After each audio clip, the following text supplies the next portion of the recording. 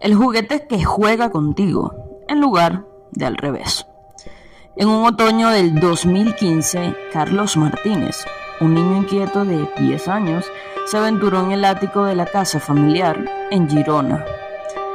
Entre trastos y recuerdos, sus ojos se posaron sobre un objeto envuelto en un paño viejo.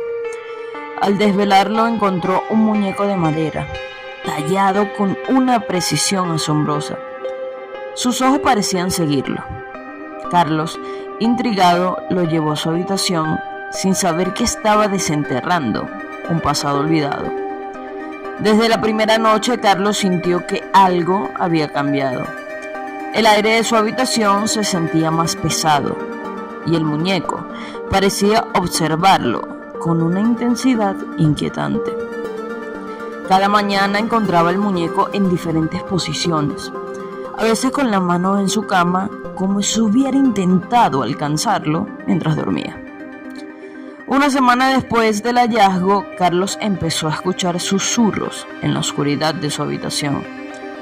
Palabras ininteligibles que parecían venir del muñeco. Una noche vio una sombra moverse rápidamente por la pared, desapareciendo en la esquina donde estaba el muñeco. Carlos comenzó a tener pesadillas recurrentes en las que el muñeco lo perseguía por un bosque oscuro y sin fin. Los eventos escalaban. Una noche, mientras Carlos intentaba dormir, escuchó el chirrido de madera. Al encender la luz, vio al muñeco de pie al lado de su cama, su cabeza girada hacia él. Gritando, Carlos corrió a la habitación de sus padres. Al volver con su padre, encontraron al muñeco en la silla, como si nunca se hubiera movido. Carlos empezó a sufrir de falta de sueño y ansiedad. Una noche despertó para encontrar el muñeco sentado en su pecho, mirándolo fijamente con sus ojos de vidrio. Gritando, lo empujó, pero al encender la luz, el muñeco estaba de nuevo en la silla. Nadie en la casa creía lo que Carlos contaba. Todos pensaban que eran pesadillas de un niño con mucha imaginación. Lo que más aterraba a Carlos eran los momentos en que el muñeco parecía moverse por su propia voluntad. Juguetes desaparecían o se encontraban rotos. Carlos empezó a notar arañazos en las paredes y en el suelo de madera, como si el muñeco se arrastrara por la habitación por las noches. La atmósfera en la casa se volvió más opresiva. Los padres de Carlos notaron objetos que se movían o caían sin explicación. Una noche, mientras la familia cenaba, un fuerte golpe se escuchó desde el piso superior. Al investigar, encontraron el muñeco de Carlos en el pasillo, lejos de su habitación. Carlos estaba cada vez más aislado, hablando solo y evitando el muñeco a toda costa.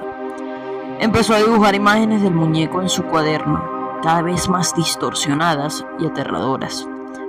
Sus padres, preocupados, decidieron buscar ayuda profesional, sin saber que ya estaban en medio de una situación que superaba la comprensión humana.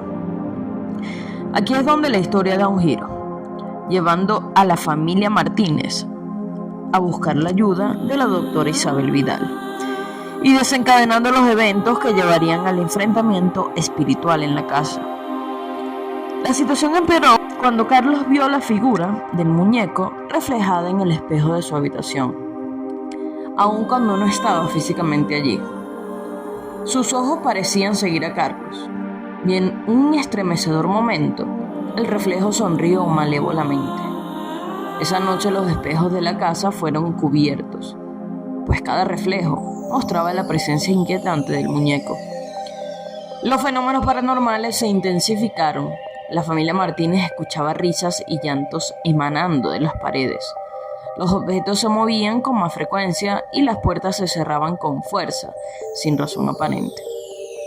Una madrugada la familia encontró todas las puertas y ventanas abiertas y el muñeco de Carlos en el centro del salón, como si hubiera sido el causante. Con el deterioro de la situación, los Martínez contactaron a la doctora Isabel Vidal. Al llegar, la doctora Vidal sintió inmediatamente la presencia opresiva. Después de examinar el muñeco y la casa, confirmó que estaban frente a un caso extremo de infestación espiritual, posiblemente vinculado al espíritu del juguetero Eduardo Sánchez. La doctora Vidal y su equipo comenzaron los preparativos para un ritual de limpieza en profundidad. Sabían que enfrentarían una entidad poderosa y vengativa. Carlos, aunque aterrorizado, debía participar, siendo el principal vínculo con el muñeco. Tras una intensa lucha espiritual, la doctora Vidal logró encerrar el espíritu de Eduardo Sánchez en un objeto sellado, un antiguo amuleto que ella había traído para tal propósito.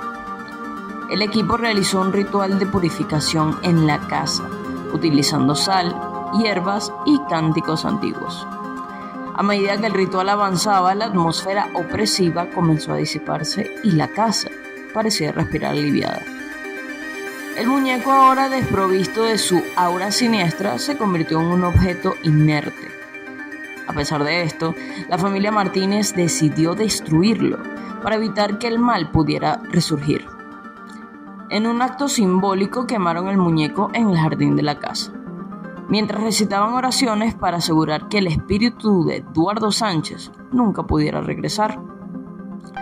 La vida en la casa Martínez nunca volvió a ser la misma. Aunque ya no habían presencias malignas, el recuerdo de estos aterradores eventos permanecía. Carlos, especialmente, tardó en recuperarse de la experiencia, asistiendo a terapia para superar los traumas vividos. La historia del juguete que juega contigo se esparció por Girona, convirtiéndose en una leyenda urbana. La gente del lugar comenzó a hablar de la casa Martínez como un lugar encantado, y turistas, curiosos, a veces se detenían para ver la famosa casa. Años después, la historia seguía viva en la memoria colectiva de la ciudad. Carlos, ya adulto, decidió escribir un libro sobre su experiencia, titulado El muñeco de Eduardo Sánchez, una historia real de terror. El libro fue un éxito, atrayendo aún más atención sobre la leyenda. El misterio de Eduardo Sánchez, el juguetero y su muñeco maldito sigue siendo un tema de fascinación y miedo. Algunos creen que hay más muñecos creados por Eduardo, aún escondidos, esperando ser descubiertos, mientras otros prefieren dejar ese capítulo del pasado cerrado, temerosos de lo que podría despertarse. Así concluye la historia del juguete que juega contigo, un relato de terror que trasciende el tiempo, recordándonos que algunas cosas, especialmente aquellas tocadas por lo sobrenatural, son mejor dejadas en paz. Si te ha gustado esta historia, no olvides suscribirte a nuestro canal y ver todas las demás historias sombrías, basadas en hechos reales, que tenemos para ti. Nos vemos en una nueva entrega de Historias Sombrías.